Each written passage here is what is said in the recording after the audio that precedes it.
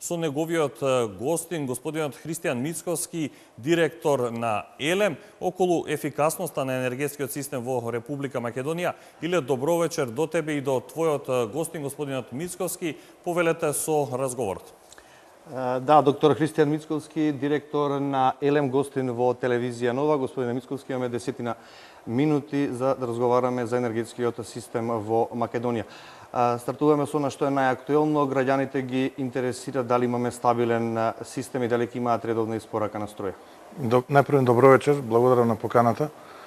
Системот, електроенергетскиот систем е стабилен, како и производниот, така и преносниот, но и дистрибутивниот, можам да кажам. Граѓаните мора да бидат спокојни, но не само граѓаните, него и сите оние корисници на електричната енергија кои што се на регулираниот пазар. Тука не спаѓаат само граѓаните, тука спаѓа индустријата, односно она индустрија која што во овој момент е на регулираниот сегмент од пазарот. Меѓутоа знам, односно сигурен сум дека и сите останати чинители кои што се на приклучени на електроенергетскиот систем во Република Македонија навремено ги добиваат и ќе ги добиваат сите потребни количини на електрична енергија кои што го задоволуваат нивниот потрошувачки профил. Така, што се случи со РЕК Битола? Во моментов работи во полн капацитет. Што беше дефектот и како се отстрани? Видете, станува збор за електрана која што е веќе го надминала својот работен век. Односно, кога велиме го надминала, ги надминале оние 200.000 работни часа. Во овој момент работат трите блока со полн капацитет. Трите блока се синхронизирани на електроенергетскиот систем на Република Македонија. Стабилни се надеваме дека така ќе продолжат. Инаку дефектот е вообичаен за ваков тип на постројки, не само во Македонија, него и во пософистицирани електроенергетски и по-гломазни електроенергетски системи. Пример може да ги земеме околните држави. Јас ќе наведам неколку работи, односно неколку слични примери што се случија изминатиот епски суров период од аспект на временските неприлики што го зафатија регионот. Инаку дефектот беше напукнување на цевка. Дефектот се санираше во рекордно брзо време, иако синхронизацијата два пати не ни поаѓаше од рака поради екстремно ниските температури, но во третиот налет синхронизацијата беше успешна и за помалку од 40 на часа, иако најпрво не естимиравме 72, третиот блок на РЕК Битола се синхронизираше на прва паралела со електроенергетскиот систем во Република Македонија. Инаку изминатиот период, повторно ќе напоменам, станува збор за историски минимуми од аспект на температурата на времето. Имаме потешкоти во синхронизација не на нуклеарна централа во Чешка, тоа е Темелин. Имаме потешкоти во синхронизација не на нуклеарна централа во Унгарија, ПАКС. Имаме еден реактор од нуклеарната централа Черна вода во Романија кој што е надвор од употреба. Имаме два блока од термоелектраната Какањ во Босна кој што исто така беа надвор од употреба. Имаме исто така нова термоелектрана Станари во Босна која што излагаше па се синхронизираше во овој период. Имаме неколку термоелектрани во Унгарија кои што исто така беа надвор од употреба, како што се Матра и Дунаменти. Бобов дол во Бугарија не беше синхронизиран. Има уште многу примери кои што можам сега да ги редам. Или во тотал преку 5000 мегавати недостасува инсталирана моќност во Централна и Источна Европа.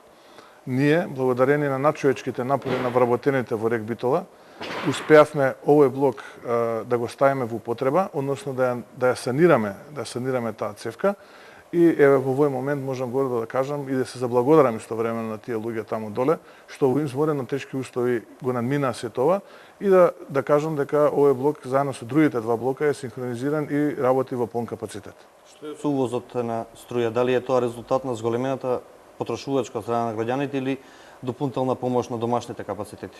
Па ја ќе се обидам накратко вака аналитички да пристапам на вашето прашање. Изминативе 10-11 дена поголемиот дел од потрошувачкото портфолио на регулираниот сегмент од пазарот за електрична енергија, односно на оние кои што ја трошат електричната енергија, граѓаните и ситната индустрија, во најголем дел, тоа е некаде околу 85-6% од домашно производство, но останатите нешто помалку од 15% успеавме да ги обезбедиме од увоз. Тоа се должи најмногу поради зголемената потреба од електрична енергија во овој период, а поради екстремно ниските температури, кои што во просек се движеа помеѓу 10 и 12 степен под нулата, а 5-годишниот просек е до вториот степен на нулата, што значи дека ние имавме од 12 до 14 степени пониски температури неголи вообичаените просечни во изминатите 5 години за овој период на годината. Тоа рефлектираше со зголемување на конзумот визави потребите на граѓаните и индустријата на регулираниот сегмент од пазарот, односно конзумот во просек беше зголемен за повеќе од 33%. Колку беше тешка нашата задача, можам да кажам дека сето тоа резултираше со надфрлување на билансот кој што на почетокот на календарската година ЕЛЕМ го декларира за близу 10% во првите 10 дена од 11, да бидам попрецизен, од оваа година. Иако морам да кажам дека снабдувачот на тарифните потрошувачи на почетокот од годината за јануари декларираше одредени количини на електрична енергија кои што се неопходни за задоволување на потребите на тарифните потрошувачи и тие се, морам да кажам, за 25% помали од оние кои реално физички беа потрошени. Исто така на почетокот на годината, некаде околу 13 октомври, излегоа реномирани светски институции за прогнозите на каква зима ќе биде и според сите тие реномирани светски институции и интернет портали можеше да се заклучи дека регионот го очекува сува и топла зима, надпросечно сува и топла зима. Но како што можете да видите и сведоци сме дека изминатиот период беше исклучително тежок. Можам да кажам дека можеби најтешкото е позади нас, но и периодот кој што следи, односно следната недела, исто така очекуваме силни циклонски активности, студена и влажна воздушна маса да се приближи кон овој дел од Балканот, па да ја зафати нашата држава, но секако не очекуваме толку драматично ниски надворешни температури, можеби тие би се движеле од -4 до +4 степени, што нас вака ни дава еден вид олеснување од аспект на зголемената потрошувачка на електрична енергија. Очекуваме дека таа постепено ќе се враќа кон нормалата, но ние сме тука, будно ја следиме, нели? Нормално имаме предвидени неколку сценарија што и како ќе се случува, така да почекаме да видиме што ќе се случува периодот што следи. Така, опозицијата обвинуваше дека за последниот интервентен увоз се потрошени неколку милиони евра и на крајот крајната цена ќе ја платат граѓаните. Дали ќе биде тоа така? Не би сакал премногу да ги коментирам овие тврдења од страна на опозицијата, бидејќи јас често пати знам да кажам дека ние дефинитивно зборуваме на различен јазик. Знаете, нема никаква техничка, технолошка, а ниту економска логика во нивните тврдења. Во нивните паушални памфлети политички вие ќе сретнете многу честици ке во едно време и никаков предлог.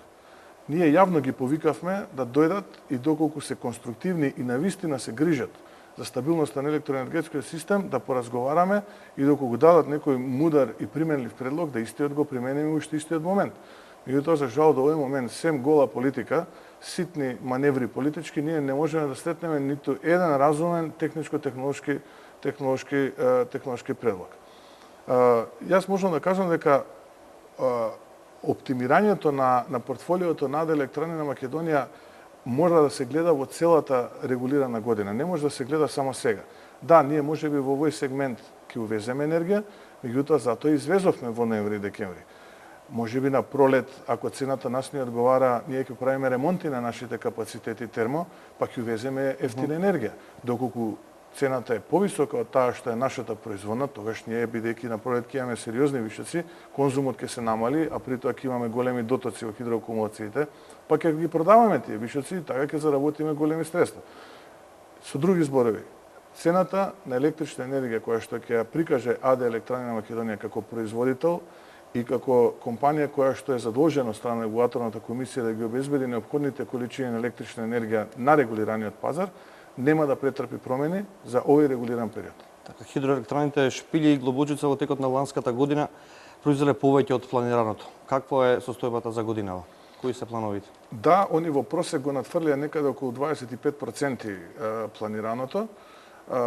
Искрен да бидам, тоа се должи на оние модернизациони зафати што во минатото ги направивме на тие хидроелектрани, на просечно поволната хидролошка состојба. Очекувам дека и оваа година истото ќе се случи, поготово сега, откако знаеме дека имаме сериозни снежни наноси во тој дел во делот на сливното подрачје кое ги полни овие две акумулации, така да минимум што очекуваме да ги потврдат резултатите кои што сме ги проектирале во билансот, но искрено интимно очекуваме дека тие резултати ќе бидат сериозно надфрлени. На почетокот на разговорот споменавте држави од Европа каде што крахирале дел од електраните. Нешто слично се случува и на Балканот. Бугарија веќе побара помош од Романија, и во Србија има проблеми. Дали ова може да влие за македонскиот енергетски систем? Бугарија пред некој ден го достигна историски највисокиот пик за потрошувачка на електрична енергија од преку 7700 мегавати. Меѓутоа, доброто е што и таму ситуацијата се стабилизира, веќе се движат во нормалните 6 до 6000 и нешто. Делови од Бугарија беа отсечени поради невремето кое што ја зафати исто така соседна Бугарија. Имаме снежни наноси поголеми од 2 метри на нивните планини. Они ја затворија сопствената граница за транзит, во еден момент побара помош од соседна Романија, не ја добија и затоа го применија методот на недозволување на транзит, односно износ на енергија од нивната држава, ги активираа сите расположиви ладни резерви кои што во тој момент ги има, но и покрај сето тоа повторно голем дел од еден дел од територијата на Република Бугарија остана без снабдување со електрична енергија. Односно големи проблеми во системот за електроенергетски систем предизвика овие епски неповолни услови. Соседна Србија можам да ви кажам дека увезува преку 1200 мегавати, чисто вака како бројка, тоа е за 20% него повеќе него ли најголемиот конзум кој што го има Република Македонија. Поради замрзнатите јаглени во Тент, рударско-енергетскиот комбинат и така натаму. Сега да не должиме, исто така се соочуваше со сериозни предизвици да се справи со овие неповолни временски услови. Истото се случуваше и во Хрватска изминативе денови, каде што 50.000 потрошувачи стана без електроенергетско напојување. Видете, генерално ситуацијата беше прилично драматична. Грција исто така ја затвори својата граница и не дозволуваше транзит, но пред 2 дена ја отвори. На истиот чекор се одлучи и соседна Романија се одлучи и Романија пред известно време, пред некој ден, тоест. Така да ние во моментот имаме два сериозни играчи на пазарот на електроенергетиката во Балканот, нето извозници, Романија и Бугарија, кои што не дозволуваат износ на енергија од нивните држави.